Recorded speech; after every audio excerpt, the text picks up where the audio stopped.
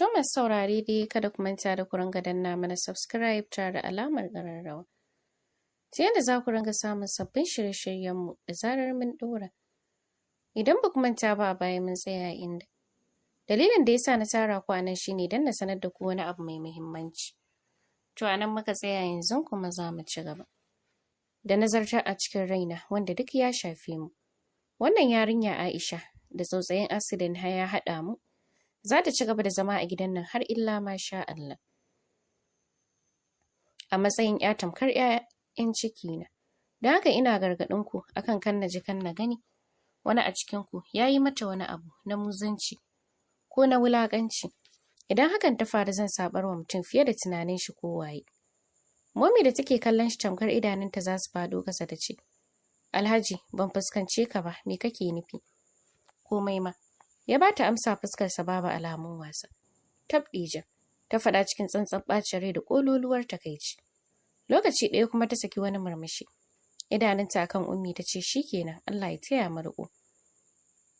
Ta ƙara shi magana tana miƙewa ta fice daga falon. Maganganun Abba sun saka Aisha a wani irin yanayi da ta kasa tantance na baƙin ciki ne ko akasin haka. Yau ta ƙara yadda mutum baya sanin yadda rayuwarsa za ta kaya. Sai ya ga yadda Ubangiji ya yi da shi.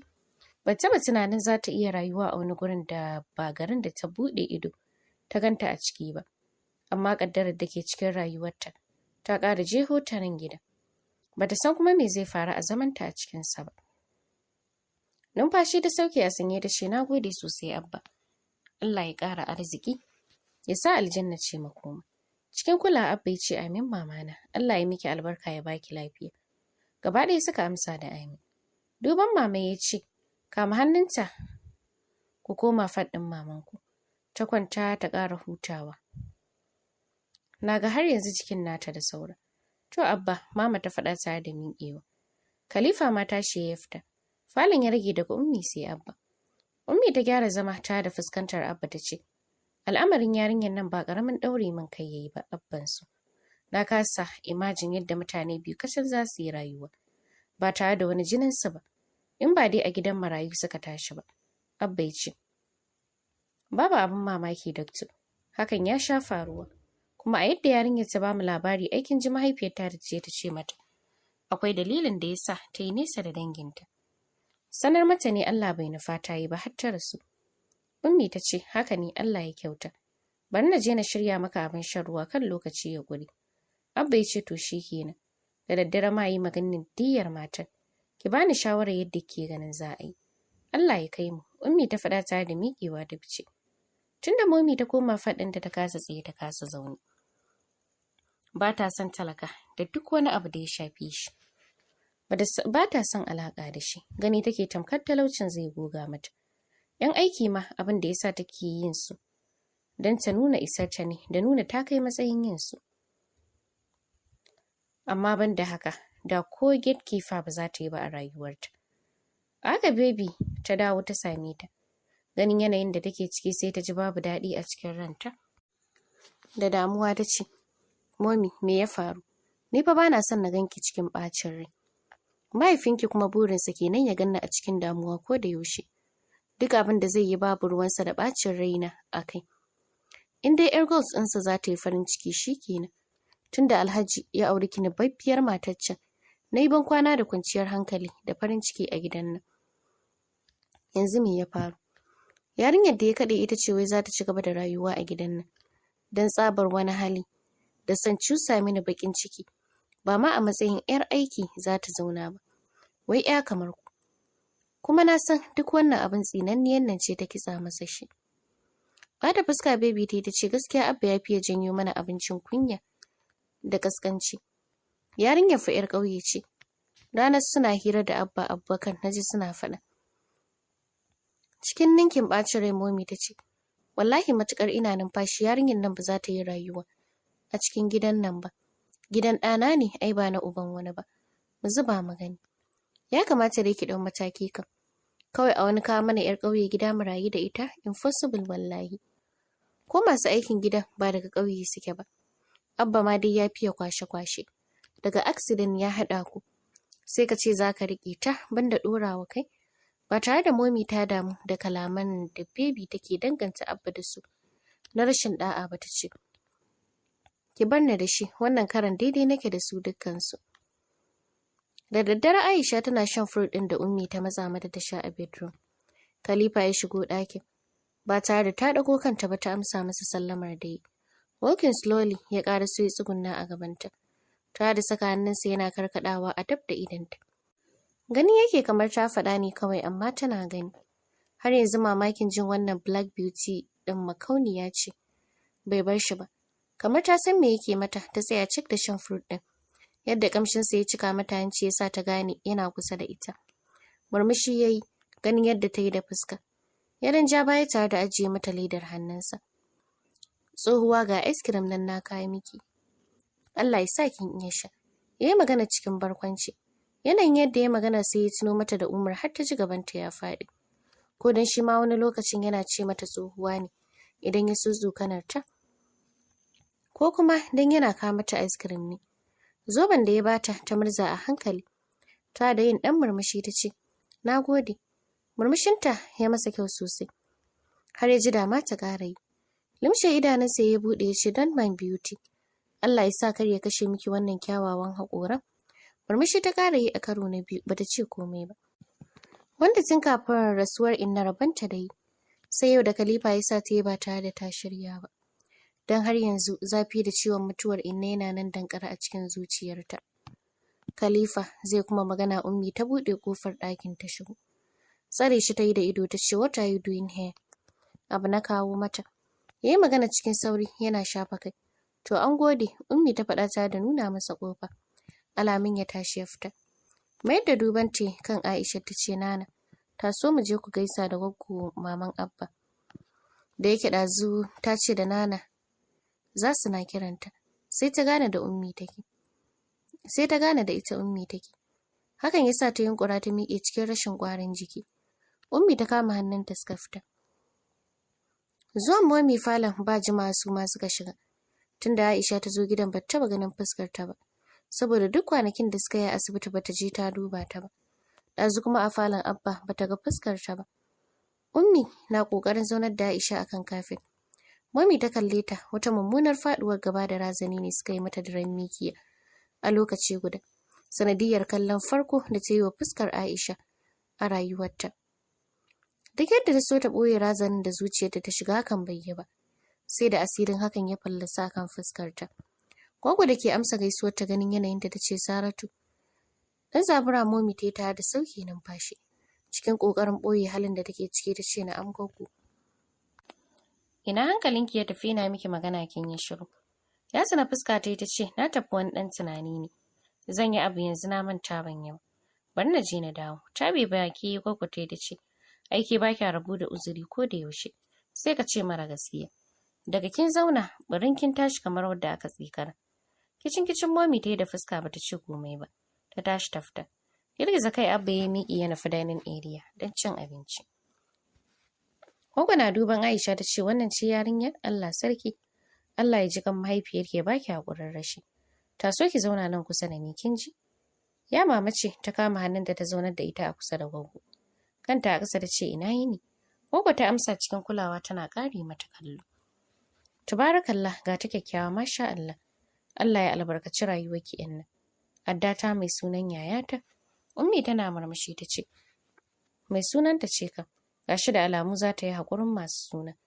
Ya mama ta ce, ba su da wani haƙuri sunan tsoffin. Aisha ta mana yawa gaske. Duk an baibaye mu da su, kowa Aisha Aisha. Gwaggo ta ce, Ja'ira sunanki ne dai. Sun dade suna hira cikin raha da barkwanci. Sai da Aisha ta fara gingiɗi sannan Gwaggo ta ce a kai ta kwanta. Yadda Momi ta ga rana haka ta ga dare. Ta rasa me yasa ganin Aisha ya firgita ta. Ta ji wata muguwar tsanarta lokaci ɗaya ta cika mata zuciya. Hakan ya sa ta ƙara ƙaimi akan ƙudurinta na kora Aisha daga gida. Washe gari da safe bayan Gwaggo ta gama karya ta ce tafiya za ta yi. Abba ya ce, haba Gwaggo. Daga zuwa kamar wadda ake kora? Kin zo da daddare kuma yau da safe kice za ki koma? Gwaggo ta ce, kyale ni na tafi. Dama ba zama na zo yi ba. Jaja na zo maka, Allah ya kiyaye ya tsare gaba. Ya raba mu da sharrin ƙarfi. ina ni ina zama cikin surukai, gara na yi tafiyata. Ummi ta ce ki bari ko kwana ɗaya ki ƙara mana dan Allah. Gwaggo ta ce to shikenan tunda kun matsa. Kira mini mai sunan Adda mai hira. Ta yi ta zama a ɗaki tana tunani ita kaɗai babu daɗi. Goben idan Allah ya kai mu sai na tafi. Abba ya ce Allah ya kai mu. Dakto mu je na sauke ki a school ɗin ko? Ummi ta miƙe tare da faɗin. Ce gwaggo bari mu je sai na dawo. Zan saka mama ta kai miki nana. To shikenan sai kun dawo. Allah ya kiyaye ya tsare. Suka amsa da amin tare da ficewa. Har rana Aisha suna tare da gwaggo. Tana yi mata nasiha, ta ji daɗin kasancewa da gwaggo sosai. Don tamkar wadda ta daɗe da saninta haka ta nuna mata. Babu kyara ko tsangwama sai zallar ƙauna. Aisha tana kan daddumar da za ta yi sallah azhar bayan ta yi da. Gwaggo ta tura mata abinci gaban tana faɗin. Ƙara ci sai ki sha magani ki kwanta. A hankali ta ce na goshi ba. Haba gwaggo ta riƙe ta ce abincin da kika ci nawa yake yan nan ki ƙara. Bata kuma magana ba, ta lalubi plate ɗin ta fara cin abincin. Kamar ba ta so. Gwaggo ta ce ko kefa abinci ai shi ne mutum. Ke kuma daga gani za ki yi gaddamar cin shi. Sai a dinga tsayawa a kanki. Zan sanar da Zaran ta dinga tsaye a kanki idan za ki ci abinci. Ita dai Aisha bata ce komai ba. Ta ci gaba da cin abincinta. Tunda ta zo gwaggo take ba ta abubuwan ciye-ciye. Da yamma mata kawo musu abinci ta zuba mata. Ta ce yanzu ma ta ƙara mata. Kaɗan ta ci ta ture ta ce ta ƙoshi. Gwaggo ta ɓallo magungunan ta bata. Tana gama sha ta kwanta bacci ya ɗauke ta. Gyara gurin da suka ci abinci gwaggo ta yi ta kwanta ita ma don ta rantsa. Shigowar momi ya sa ta tashi zaune. Ta da amsa sallamar da ta yi. Sanda hutawa gwaggo. Ta faɗa lokacin da take zama a kan kafin gwaggo ta ce yawwa. Ki ƙara so bakin gado ki zauna mana hajiyar birni. Ai ba girman ki bane zaman ƙasa. Duk da ta san magana gwaggo ta faɗa mata sai ta yi murmushi. Cikin son ganin fulan ɗinta na farko da ta tsara ya yi ta ce. Kina sama ai ba na zauna ba gwaggo. Nan ɗin ma ya yi ina yi ni. Ba mu gaisa ba ma. Gwaggo ta ce lafiya ƙalau. Gyara zama momi ta yi ta ce gwaggo wata magana na zo miki da ita. Wadda nake fatan ki fahimce ni da idan basira. Shi Alhaji na yi masa bayani ya ƙi ganewa. Gwaggo ta ce ina jinki. Momi ta ce yawwa akan yarinyar nan ne dama. Wace yarinya? Zomo baki ta yi ta ce wannan ta kwancen. Ban san sunanta ba ne. Gwaggo bata kuma magana ba sai ido da ta zuba mata alamun tana sauraron ta. Hakan ya sa ta ci gaba da magana da faɗin. Akan rikonta da Alhaji ya ce zai yi ne. Gwaggo zamani fa ya canja. Yanzu ba da bane mutane babu gaskiya a zukatansu. Kar mu je mu ɗauko abin da zai zama mana alaka kai a rayuwa. Tsintacciyar mage fa ba ta mage. Ina tsoron kar mu je garin neman kira a rasa ido. Saboda ɗan hakin da ka raina shi ke tsole maka ido. Gwaggo ta ce ni duk wannan karin maganar da kika jero ban gane me kike nufi da inda kika dosa ba. Kar yadda murya momi ta yi cikin ladabi ta ce abin da nake nufi ki saka Alhaji ya mayar da yarinyar nan inda ta fito. Su ci gaba da riƙe ta. Idan ya so in ma ɗawainiyar ta zai ɗauka sai ya dinga kai kuɗi ana kula da ita. Amma nan gidan ɗin ta bar shi kawai. Gwaggo ta ce mene hujjarki na son a mayar da ita? Ƙara karyar da murya momi ta yi ta ce to gwaggo mene amfanin riƙon nata? Yarinya baka san daga inda take ba. Kawai ka ce za ka riƙe ta. Baka san mutum ce ba, aljana ce, mayya ce, wace iri ce sai Allah. Shiru gwaggo ta yi tana kallon momi kamar mai nazari. A ranta kuwa mamakin halin momi da ba za ta taɓa canjawa take ba. Ta yi zaton ta yi hankali ashe har yanzu ana jika. Numfashi ta sauke ta ce maganar ki abar dubawa ce gaskiya. Amma shi sai ɗinkin masa duk wannan bayanin. Cikin jin daɗin ganin gwaggon ta karɓi maganar ta ce na masa. Na nusar da shi iyayina amma ya toshe kunnuwansa. Ya ƙi saurare na. Saboda ba maganar shafaffiya da mai bace. Saboda duk abin da ta ce masa baya musu yake yi. A'a, kar kuma ki ce haka. Ke ma kin san Said tsayayyen mutum ne da kafafunsa. Ba irin mutanen da ake juya su bane. Duk abin da kika ga yayi shi ya saka kansa. Gwaggo kenan. Dan ba a gidan kike bane, shi yasa kika ce haka. Amma kirikiri Alhaji yake nuna mana bambanci. Yau fa kina ganin girki na ne, amma shi ya kai ta gurin aiki. Ga 'ya'yanta ga direba duk ba za su kai ta ba sai shi. Kuma ita ma ta iya tuƙin nan. Idan mota ce ga sunan birjik a gida sai ta zaɓi wacce za ta hau. Gwaggo ta ce to shine me dan ya kai ta gurin aiki ranar girkin ki. Ke sau nawa yake fita da ke ranar girkinta? Bata fuska Momi dai ta ce shikenan Goggo a bar magana. Mu dawo kan wadda muke yi. Don Allah ki masa magana ya mayar da yarinya. Ke kaɗai ce za ki faɗa masa ya bi. Tabe baki Goggo ta ce idan ya ƙi bi ba sai a bar shi ba tunda gidansa ne kuma shi ya ga zai iya. Gidansa kuma? Momi ta tambaya kamar Goggon ta yi ƙarya. Kama haɓa ta yi tana girgiza kai ta ce gidansa na ce. Ko ba nasa ba ne. Daga an yi magana ki dinga gidan ɗanki. Tunda ya ɗauka ya bashi ba shi kenan ba. Kuma ban da rashin kunya. Dan Safwan ya ba mahaifinsa gida sai ya zama abin magana. Kafin ya girma ya samu arzikin a gidan waye rayu. Wa biya masa kuɗin da ya karatu har wata ƙasar ya samu aikin da ya kuɗin. Duk ba mahaifin nasa ba ne? Kuma kar ki manta da ƙyar sai da ya dawo gidan nan da zama. Sai da na sa baki na ce ba a yi wa yara haka idan sun yi gwaninta. Hakan yana kashe musu gwiwa sannan fa ya amince. A yanzu Safwan ya ce ya bar masa gidansa. Yana da gidaje ba ma ɗaya ba da zai zauna. Amma kin bikin ishi mutane da gida na ɗanki ne. Kullum cikin yi wa kishiya gori. Kina cewa albarkacinki take ci. Tunda tana rayuwa a gidan ɗanki. Daga an yi magana ki dinga daga hanci ke a dole ga uwar attajiri. Banda shirme ma irin naki ai wannan abin alfahari ne a gare ki. Ɗanki yana kyautatawa mahaifinsa. Amma kin mayar da hakan abin gori da izgili. Ni fa ban ce komai ba Goggo. Za ma ki ce ni, ai ba yau na fara sanin halinki ba. Goggo ta faɗa a harziki. Cike da haushin maganganun Goggo Momi ta tashi ta fice daga ɗakin. Fu. Goggo ta raka ta da harara tana faɗin. Ka ga mace har mace. Wuya da kunni da hannu sun sha zinari kamar mai hankali.